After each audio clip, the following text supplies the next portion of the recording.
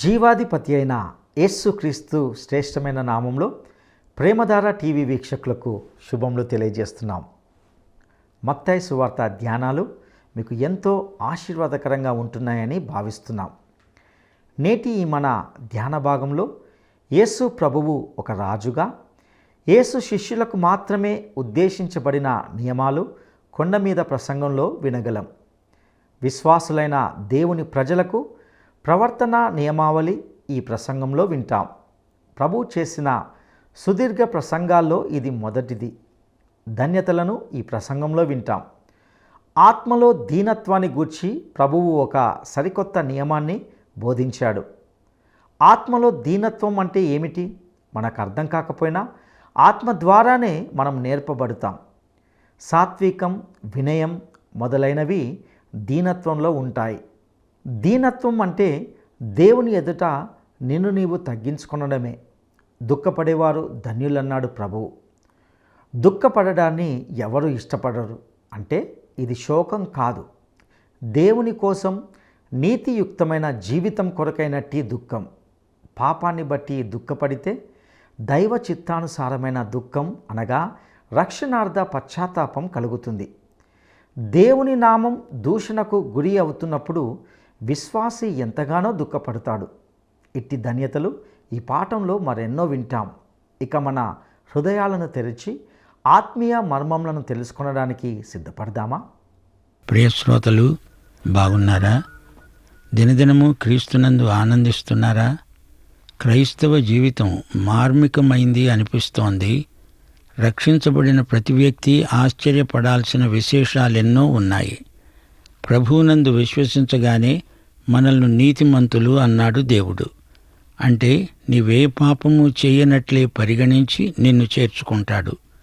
మన గత పాపాలను జ్ఞాపకం ఉంచుకోడాయన.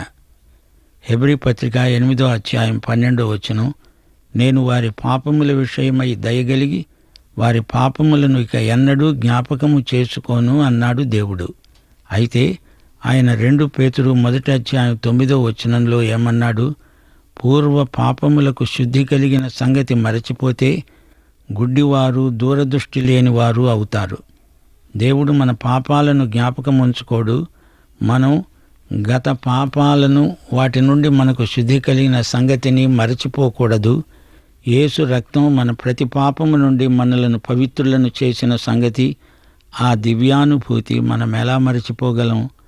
పౌలును చూడండి. తాను 30 సంవత్సరాల క్రితం రక్షించబడిన వ్యక్తి 1 తిమోతి 1వ అధ్యాయం 15వ వచనంలో అన్నాడు, పాపులను రక్షించడానికి క్రీస్తు యేసు లోకానికి వచ్చాడు అనే మాట నమ్మదగింది, పూర్ణాంగీకారమునకు యోగ్యమైనది. అట్టి వారిలో నేను ప్రధానుణ్ణి. సరే, రండి వాక్య ధ్యానములో ప్రవేశిద్దాము. ప్రియశ్రోతలు, ఈ రోజున మన వాక్య పాఠ్య భాగం మత్తయి సువార్త 5వ అధ్యాయం 1 నుండి 14వ వచనం వరకు. వచనం వెంబడి వచనం జాగ్రత్తగా వినండి.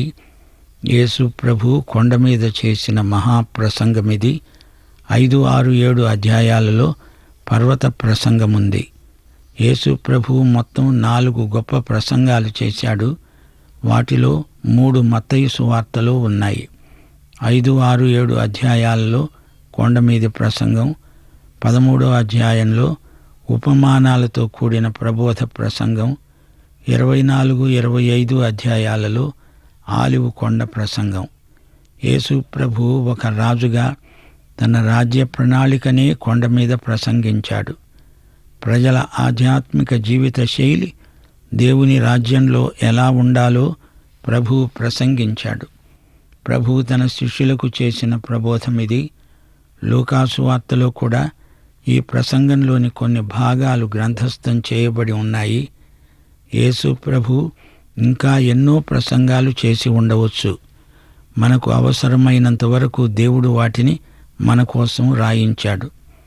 ఆయన రాజ్యంలో అమలుపరచబడే చట్టాలు ఈ ప్రసంగంలో ఉన్నాయి. ఈ ప్రసంగం చేసిన వాడు రాజు, రాజులకు రాజైన యేసు. సంఘమే దేవుని రాజ్యమైతే అందులో ఈ చట్టాలు ఇప్పుడే అమలులోకి రావాలి. పరలోక రాజ్యంలో మనం అనగా దేవుని సంఘం ఆయనతో కలిసి పరిపాలిస్తామో, లోకమంతటా దేవునికి వ్యతిరేకంగా తిరుగుబాటు, ఈ లోకంలో పరలోకంలో లాగా దేవుని చిత్తం నెరవేరటం లేదు. దేవుని సంఘమందు పరిశుద్ధాత్మ ద్వారా మాత్రమే కొండమీది ప్రసంగం అమలుపరచబడుతుంది. కొండమీది ప్రసంగం యేసు శిష్యులకు అవశ్యం అనుసరించదగింది. ఈ లోకంలో నీతిమంతుడెవడూ లేడు. విశ్వాసం చేత నీతిమంతులమై అదే విశ్వాసంతో నీతిమంతులముగా జీవించగలుగుతాము. పరిశుద్ధాత్మ కొండమీది ప్రసంగం మనలో నెరవేరటానికి మనల్ని సిద్ధం చేస్తాడు. మత్తయి సువార్త 5వ అధ్యాయం 1-2 వచనాలు. ఆయన ఆ జనసమూహమును చూచి కొండ ఎక్కి కూర్చుండగా ఆయన శిష్యులు ఆయన వద్దకు వచ్చారు. అప్పుడు ఆయన నోరు తెరిచి ఈలాగు బోధించసాగాడు. ఆయన ఈ ప్రసంగాన్ని జనసమూహానికి కాదు, తన శిష్యులకు బోధించాడు. యేసు శిష్యులకు మాత్రమే ఉద్దేశించబడిన రాజ్య నియమాలు, చట్టాలు ఇందులో ఉన్నాయి. దేవుని సంఘానికి ఈ ప్రసంగంలో ప్రవర్తన నియమావళి ఉంది. ఆత్మ విషయమై దీనులైన వారు ధన్యులు, పరలోక రాజ్యము వారిది. ఆత్మ విషయమై దీనులు ఎలా అవ్వాలి అంటే, అది ఆత్మ చేసే పని. ఆత్మ మనకు అట్టి స్థితి, అనుభూతి కలిగిస్తాడు. మత్తయి సువార్త 5వ అధ్యాయం 1-12 వచనం వరకు ధన్యులు అనే మాట 9 సార్లు ప్రయోగించబడింది. గెరిజీము కొండ మీద దేవుడు ఇశ్రాయేలును దీవించాడు. వాటిని మించిన ధన్యతలు ఈ కొండమీది ప్రసంగంలో ఉన్నాయి. రక్షించబడిన వారు, పాప విముక్తి పొందిన వారు మాత్రమే ఆత్మ విషయమై రిక్తులు కాగలరు. యేసు దీన మనస్సు గలవాడు. ఆయన మనకు నేర్పింది ఆత్మ విషయమైన దీనత్వం. దీన మనస్కతను నటించటం కుదరదు. అది అంతర్గత సౌందర్యం, అలంకారం. దీన మనస్కతను గురించిన వేషధారణను ప్రభువు ఎంతో గద్దించాడు. మనిషి ఏమై ఉన్నాడు అనేది ముఖ్యం. ఆ తరువాతనే అతడేమి చేస్తున్నాడు అనే అంశం. స్వాతిశయం, స్వనీతి, అహంకారం లేకుండా ఉంటే అదే ఆత్మ విషయమైన దీనత్వం. తన నిస్సహాయ స్థితిని ఒప్పుకొని దేవుని ఎదుట విరిగి నలిగిన హృదయంతో తనను తాను తగ్గించుకున్న వ్యక్తే దీన మనస్కుడు. ఒక వ్యక్తి యొక్క ఆత్మలో దేవుని కృప విస్తరిస్తూ ఉంటే సాత్వికము, దీన మనస్సు అలవడతాయి. యేసు ప్రభు యొక్క దీన మనస్సును చూడండి. జకర్యా 9వ అధ్యాయం 9వ వచనం. సీయోను నివాసులారా, బహుగా సంతోషించండి. యెరూషలేము నివాసులారా, ఉల్లాసంగా ఉండండి. నీ రాజు నీతిపరుడు, రక్షణ గలవాడు, దీనుడు అయి గాడిదను, గాడిద పిల్లను ఎక్కి నీ వద్దకు వస్తున్నాడు. యేసు ఒక రాజుగా తన అధికారాన్ని చూపటానికి రాలేదు. తన దీనత్వమందే తన రాజనీతిని ప్రదర్శించాడు. ఆధ్యాత్మిక జీవితంలో మనల్ని మనం ఎంతగా తగ్గించుకుంటామో దేవుడు మనల్ని అంతగా దీవిస్తాడు. మత్తయి సువార్త 5వ అధ్యాయం 4వ వచనం. దుఃఖపడేవారు ధన్యులు, వారు ఓదార్చబడతారు. దీనులై ఉండాలని, దుఃఖపడాలని ఎవ్వరూ కోరుకోరు.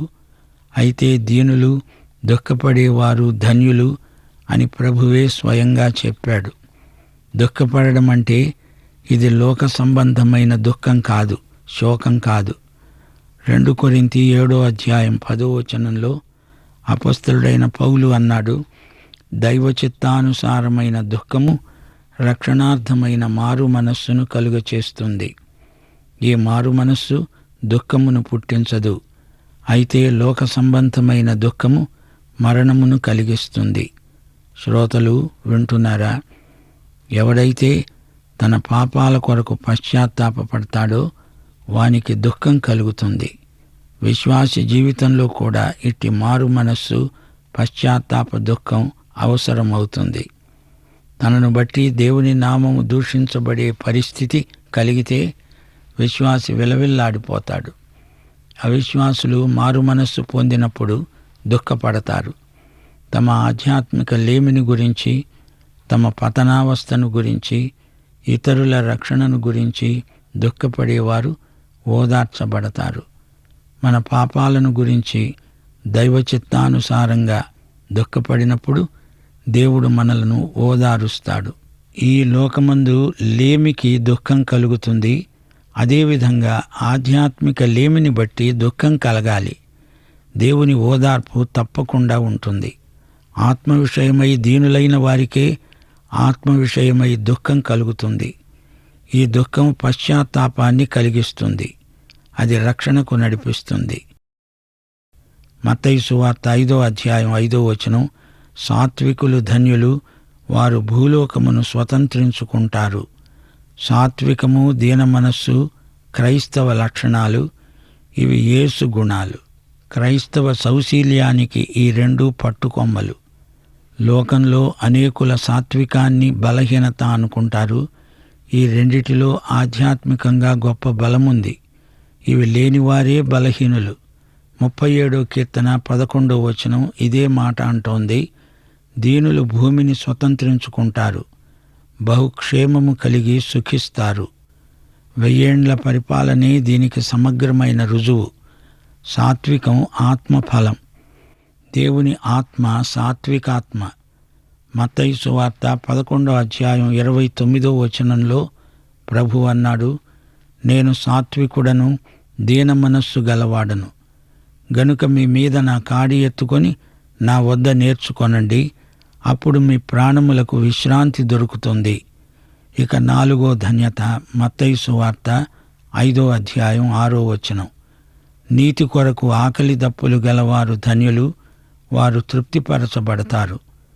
1 కొరింథీ 1వ అధ్యాయం 30వ వచనంలో యేసే మన నీతి అని చెప్పబడింది. మన నీతి యేసే అయినప్పుడు ప్రభువు కోసమే, ఆయన సన్నిధి కోసమై మనకు ఎడతెగని ఆకలి దప్పులు కలగాలి. ఆయనే వాక్యమై ఉన్నాడు. ఆయన వాక్యము కోసం ఆకలి దప్పులు మనలో ఎక్కువ కావాలి. అట్టి క్షుత్పిపాసలు గలవారు తృప్తిపరచబడతారు. ఆకలి దప్పి అంటే తీవ్రమైన ఉత్కంఠ, వాంఛ. ఆత్మయందు ఆయనే కావాలి అనే ఆశ ఎక్కువవుతూ ఉంటుంది. దుప్పి నీటివాగుల కొరకు ఆశపడినట్లు, దేవా నీ కొరకు నా ప్రాణము తృష్ణగొని ఉన్నది అని వాగ్గేయకారుడైన దావీదు గానం చేశాడు. ఒక వ్యక్తి రక్షణానుభవం గలవాడైతే ఆత్మలో దేవుని నీతి కొరకు తీవ్రమైన తపన, ఆకలి దప్పులు కలుగుతాయి. యేసు కోసం, ఆయన సహవాసం కోసం ఆకలి దప్పులు అధికమవుతాయి. ప్రకృతి సంబంధికి ఆధ్యాత్మిక విషయాల పట్ల ఆసక్తి ఉండదు. పైగా అవి అతనికి వెర్రితనమనిపిస్తాయి. 5వ ధన్యత కనికరము గలవారు ధన్యులు, వారు కనికరము పొందుతారు. ఈ మాటలను కొందరు అపార్థం చేసుకుంటారు. ఈ మాటల భావం ఏమిటంటే, కనికరము పొందిన వారే కనికరము చూపేవారు. తీతు పత్రిక 3వ అధ్యాయం 5వ వచనం ఇదే మాట అంటోంది. మనము నీతిని అనుసరించి చేసిన క్రియల మూలముగా కాక, తన కనికరము చొప్పుననే పునర్జన్మ సంబంధమైన స్నానము ద్వారా పరిశుద్ధాత్మ మనకు నూతన స్వభావము కలుగచేయుట ద్వారా మనలను రక్షించాడు. శ్రోతలు వింటున్నారా? దేవుడు మన పట్ల చూపిన కృప మనము ఇతరులకు చూపే కనికరానికి ప్రేరకమవుతుంది.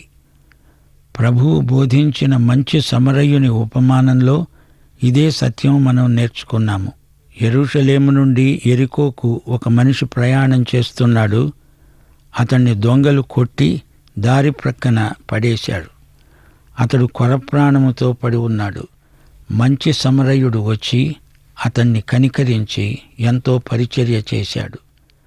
1 పేతురు 2వ అధ్యాయం 9-10 వచనాలు, మీరు చీకటిలో నుండి ఆశ్చర్యకరమైన వెలుగులోనికి మిమ్మును పిలిచిన వాని గుణాతిశయములను ప్రచురము చేసే నిమిత్తము ఏర్పరచబడిన వంశము, రాజులైన యాజక సమూహము, పరిశుద్ధ జనము, దేవుని సొత్తు అయిన ప్రజలై ఉన్నారు. ఒకప్పుడు ప్రజగా ఉండక ఇప్పుడు దేవుని ప్రజ అయ్యారు. ఒకప్పుడు కనికరించబడక ఇప్పుడు కనికరించబడిన వారయ్యారు. మత్తయి సువార్త 5వ అధ్యాయం 6వ వచనం, హృదయశుద్ధి గలవారు ధన్యులు, వారు దేవుణ్ణి చూస్తారు. సహజంగా హృదయశుద్ధి ఎవరికుంది? యిర్మీయా 17వ అధ్యాయం 9వ వచనం, హృదయము అన్నిటికంటే మోసకరమైనది, అది ఘోరమైన వ్యాధి గలది, దానిని గ్రహించగలవాడెవడు? యోహాను సువార్త 15వ అధ్యాయం 3వ వచనం, ప్రభు అన్నాడు, నేను మీతో చెప్పిన మాటను బట్టి మీరిప్పుడు పవిత్రులై ఉన్నారు. 1 యోహాను 1వ అధ్యాయం 7వ వచనం, దేవుని కుమారుడైన యేసు రక్తము ప్రతి పాపము నుండి మనలను పవిత్రులనుగా చేస్తుంది. దేవుణ్ణి చూడగోరే వారికి హృదయశుద్ధి ఉండాలి. అది లేనివారు దేవుణ్ణి చూడనేరని గుడ్డివారవుతారు. మత్తయి సువార్త 5వ అధ్యాయం 9వ వచనం, సమాధానపరిచేవారు ధన్యులు, వారు దేవుని కుమారులు అనబడతారు. ఈ రోజుల్లో సమాధానపరిచేవారు ఎవరు మచ్చుకు కూడా కానరారు. యేసు ప్రభు అయిన యేసుక్రీస్తు ఒక్కడే ఈ లోకానికి శాంతి ప్రదాత. ఆయనే సమాధానకర్త అయిన అధిపతి. ఆయనే షాలోము రాజు. పరిశుద్ధ దేవునికి పాపి అయిన మానవునికి మధ్య సమాధానము కలిగించినవాడు యేసుక్రీస్తే. రోమాపత్రిక 5వ అధ్యాయం 1వ వచనం, విశ్వాసమూలముగా నీతిమంతులముగా తీర్చబడి మన ప్రభువైన యేసుక్రీస్తు ద్వారా దేవునితో సమాధానము కలిగి ఉందాము. యేసు ప్రభువులాగే ఆయన ఆత్మ ద్వారా సమాధానపరిచేవారే దేవుని కుమారులు. మత్తయి సువార్త 5వ అధ్యాయం 10-11 వచనాలలో 8వ ధన్యత ఉంది. నీతి నిమిత్తము హింసించబడేవారు ధన్యులు, పరలోక రాజ్యము వారిది. నా నిమిత్తము జనులు మిమ్మును నిందించి హింసించి మీ మీద అబద్ధముగా చెడ్డమాటలెల్ల చెప్పేటప్పుడు మీరు ధన్యులు. సంతోషించి ఆనందించండి, పరలోకమందు మీ ఫలము అధికమవుతుంది. ఈలాగున వారు మీకు పూర్వమందుండిన ప్రవక్తలను హింసించారు. మహాశ్రమల కాలంలో ఇశ్రాయేలు శేషిత ప్రజకు ఈ ధన్యత వర్తిస్తుంది. 1000 ఏండ్ల పాలనలో చెడుగు ఉంటుందా అంటే ఉంటుంది. 1000 ఏండ్ల పాలన ఆ తరువాత రాబోయే కొత్త భూమికి కొత్త ఆకాశానికి ప్రయోగం. 1000 ఏండ్ల పాలన అంతంలో దేవునికి తిరుగుబాటు తారసిల్లుతుంది గనుక అందులో చెడుగు ఉందనే గ్రహించాలి. ప్రకటన గ్రంథం 20వ అధ్యాయం 7-9వ వచనం వరకు 1000 సంవత్సరములు గతించిన తరువాత సైతాను తానున్న చెరలో నుండి విడిపించబడతాడు. భూమి నలుదిశలయందుండే జనములను లెక్కకు సముద్రపు ఇసుకవలె ఉన్న గోగు మాగోగు అనే వారిని మోసపరిచి వారిని యుద్ధానికి పోగు చేయడానికి వాడు బయలుదేరతాడు. వారు భూమియందంతటా వ్యాపించి పరిశుద్ధుల శిబిరమును ప్రియమైన పట్టణమును ముట్టడివేయగా పరలోకములో నుండి అగ్ని దిగివచ్చి వారిని దహించింది. నాడు నేడు దేవుని నీతిని బట్టి ఎందరో హింసలకు గురి అయ్యారు, అవుతున్నారు, హతసాక్షులయ్యారు. వీరే ధన్యులు. పరలోక రాజ్యము వీరిదే. మొదటి ధన్యత ఆత్మ విషయమై దీనులు ధన్యులు. చివరి ధన్యత నీతి నిమిత్తము హింసలు పొందేవారు ధన్యులు. వీరందరికీ పరలోక రాజ్యాధికారం ఇవ్వబడుతుంది. మత్తయి సువార్త 5వ అధ్యాయం 13-14 వచనాలు, మీరు లోకానికి ఉప్పై ఉన్నారు. ఉప్పు నిస్సారమైతే అది దేని వలన సారము పొందుతుంది? అది బయట పారవేయబడి మనుషుల చేత తొక్కబడడానికే కాని మరి దేనికి పనికిరాదు. మీరు లోకానికి వెలుగై ఉన్నారు. కొండమీది పట్టణము మరుగై ఉండనేరదు. మీరు లోకానికి ఉప్పు. శ్రోతలు వింటున్నారా? దేవుని ప్రజలు సర్వకాల సర్వావస్థల్లో లోకానికి ఉప్పు, వెలుగు. ఉప్పులాంటి క్రైస్తవులు ఈ రోజున ఎంతమంది ఉన్నారు? ఉప్పు చెడుగును కుళ్ళును తొలగించలేదు గాని అరికడుతుంది, ఎక్కువ కాకుండా ఆపుతుంది. దేవుని బిడ్డలు ఉప్పులాగా సమకాలీన సమాజముపై సత్ప్రభావం చూపెట్టాలి. మనం లోకానికి వెలుగు, అనగా మనలో ఉండి మనల్ని వెలిగించేది దేవుని వాక్యం. ఈ వాక్యపు వెలుగును మనం అందరితో పంచుకోవాలి. శ్రోతలు వింటున్నారా? యేసు ప్రభు ధన్యతలను బోధించాడు. ఈ ధన్యతల్లో ఒక్కటి కూడా పరిసయ్యులకు లేదు అని కొట్టవచ్చినట్లు కనపడుతోంది.